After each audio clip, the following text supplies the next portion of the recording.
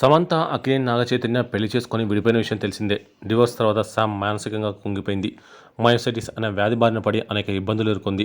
కొన్ని రోజుల పాటు సినిమాలకు బ్రేక్ ఇచ్చి తన హెల్త్పై ఆమె ఫోకస్ చేసింది.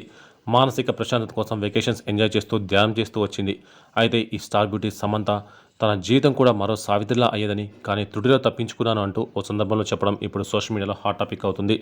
సమంత ఓ సందర్భంలో మాట్లాడుతూ తనకు సావిత్రి గురించి అంతగా తెలియదు కానీ మహానటి సినిమా, ఆమె సినిమాలు చూశాక తన గురించి తెలుసుకున్నాను. అప్పుడు నాకు అనిపించింది నా జీవితం కూడా అలాగే అయ్యేదని.